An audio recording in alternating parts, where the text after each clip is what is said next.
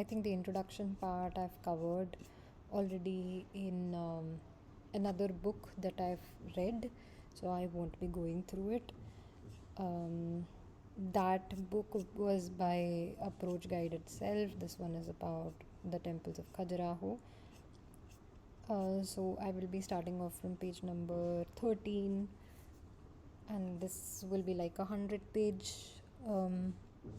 long book. There are too many pictures as well. Yeah, all in all, 100 pages, which is fine. It's fine by me. All right, we'll just try to finish it off by today. History of Indian temple building. The Hindu temples of Khajuraho are the culmination of an Indian architectural tradition that originated with the Buddhist sanctuaries and the Buddhist monasteries carved into the hillsides over 1000 years prior to their construction.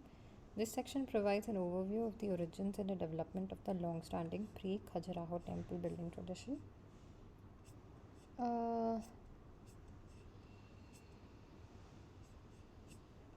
Here. The rise and fall of the Hindu rock cut architecture. I've also done this. Yeah, in the previous book I've done. Yeah. Khajuraho is culmination of Northern Hindu temple style. After secession of rock cut Hindu architecture at Ellora, all subsequent Hindu architecture was built.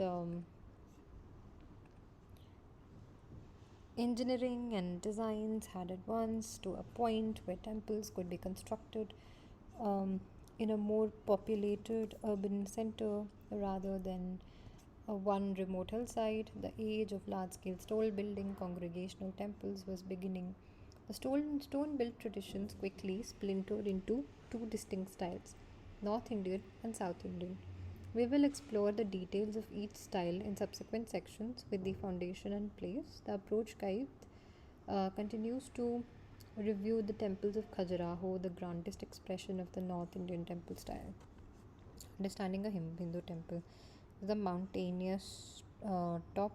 This is called a Shikara, residence of the gods, the divine vertical axis.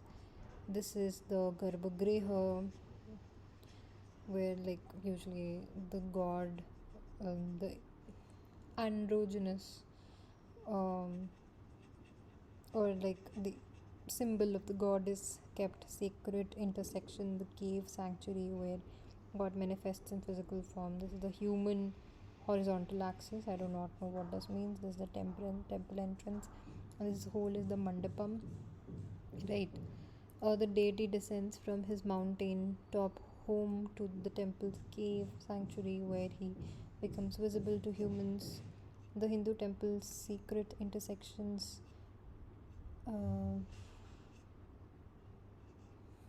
The sacred intersection.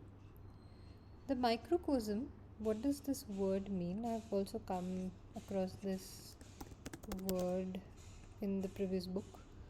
Community, place, a situation regarded as encapsulating in miniature the characteristics of something much larger. Okay.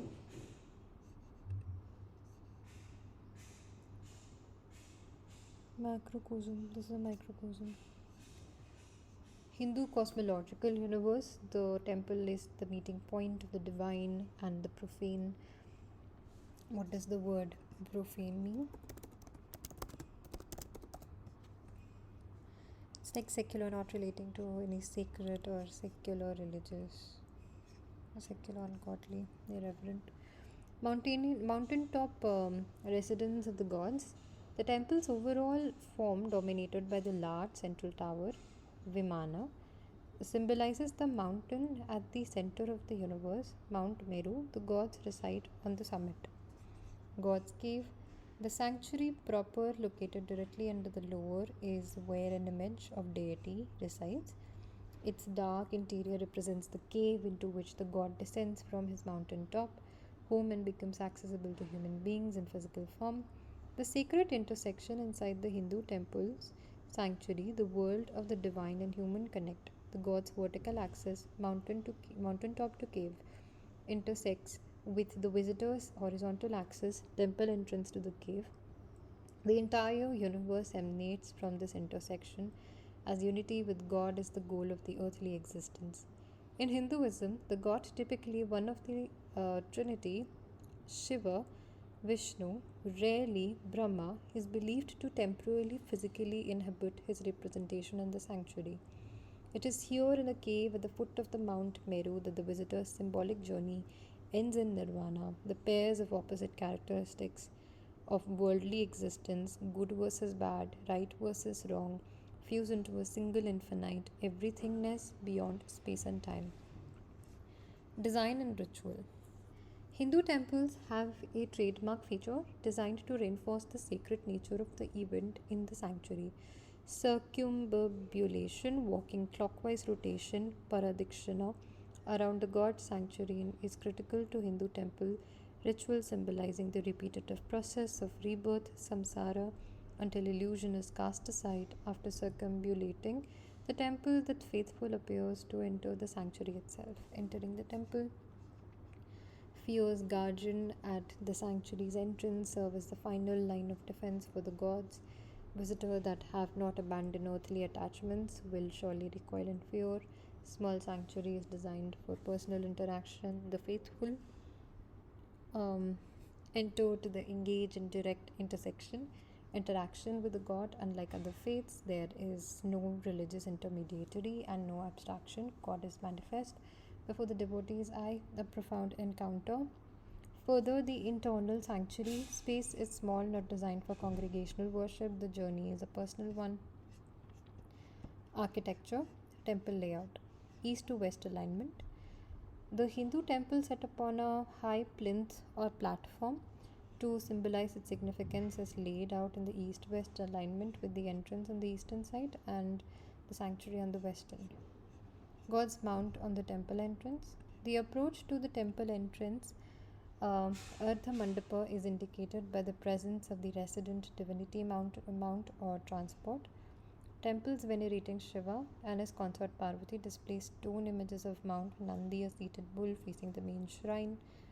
Temples dedicated to Vishnu and his consort Lakshmi display stone images of his mount, Garuda, a mythical bird, facing the main shrine. This is the Nandi bull outside the Shiva temple at Halebid in Karnataka.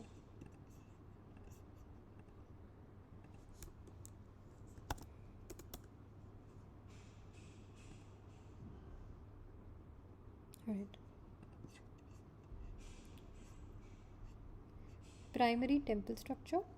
Ardha Mandapa, this is largely open entrance pavilion entered by passing under a gopuram arch gateway symbolic of the passage from the world of the profane to the sacred.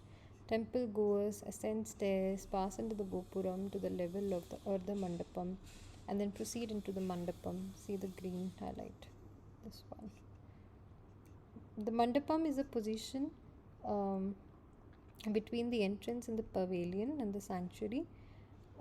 It is the hall in which devotees assemble to view the deity in the sanctuary. Since ritual dances were often performed here, it is sometimes called the dancing hall. Some more advanced temple have a second um, larger mandapa called a Mahamandapa.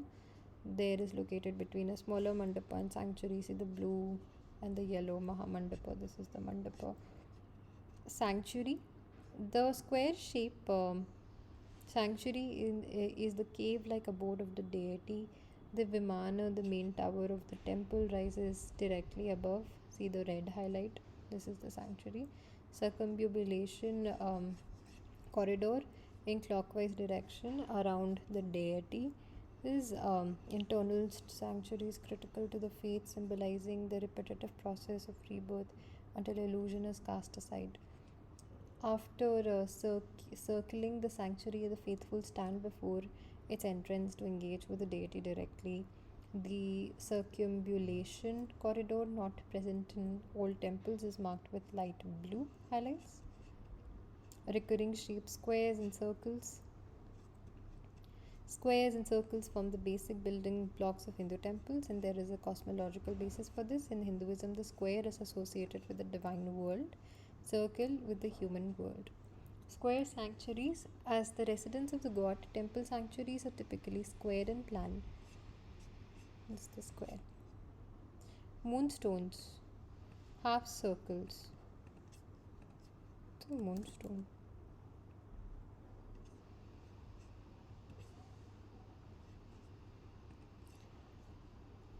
That's it at the entrance to the temple or the mandapa.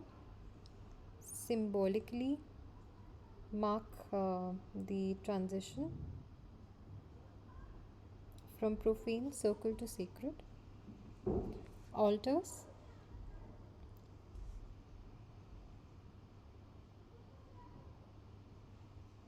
Assuming a similar half circle shape, um, as moonstones, altars sit at the entrance to the sanctuaries, offering to resident deities are placed upon them.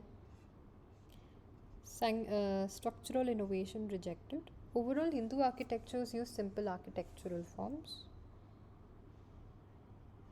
Basic horizontal vertical lines dominate. Structures consist of trabeated forms, that is, straight horizontal and vertical lines, and such as posts and lintels. Hindu architecture never employed the true arc, which utilizes a keystone.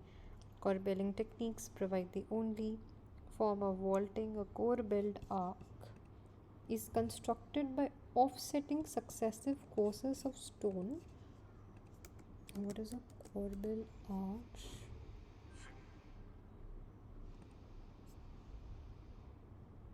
Alright. Successive stone comprising two opposing arches centered until the course meets the close. Rudimentary gap. Rudimentary domes, when used, are small and rudimentary. Their decorative features assume primary importance. They typically rise over the mandapas and ardha mandapas. Rudimentary domes. No mortar, the stone assembled by the Hindu temples were precisely. Okay, I'll just take a quick break, I believe, soon. Were precisely hewn and fitted together tightly. No mortar was used. Hulking interiors. The interior of the temple are designed to convey the impression that a great lord is being supported. Columns are thick, bracket are oversized, and even select decorative shrine stand their arms raised, appearing to stand under the weight of the ceiling. In the section entitled Lakshmana, such as aesthetic is entirely consistent with the cosmological view that a visit to the sanctuary should parallel the experience of visiting God's mountain cave. Again, consistent with the concept of the temple as church, interiors were kept relatively dark. Windows and employed were typical screen to admit only filtered light. The limited light conditions also served to infuse the space with godly, mysterious qualities. Okay, we'll start with decorations quickly. We'll get back